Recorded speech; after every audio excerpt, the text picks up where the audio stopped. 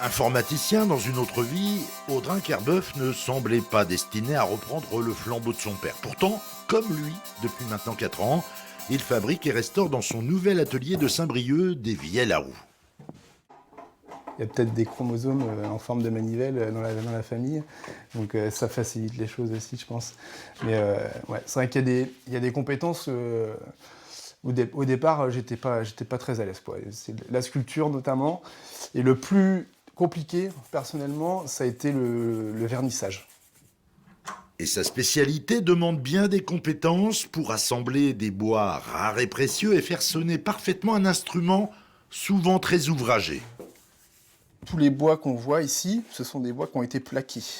D'accord? Donc c'est du plaquage, c'est pas du bois brut. En dessous, tout est en érable, mais j'ai plaqué en fait une essence ébène de Macassar pour les sombres et érable moucheté sur les clairs.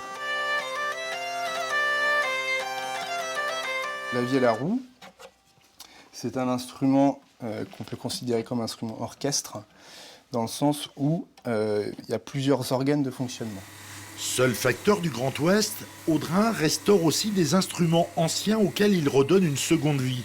Son carnet de commandes est plein pour les 2 années à venir avec des clients souvent basés à l'étranger. Comme la vielle ronde particulièrement est une fabrication très française, quelqu'un par exemple au Canada qui veut acheter une vielle ronde devra en fait s'adresser à un luthier en France. D'autant que la vielle fait son retour dans le rock comme dans l'électro.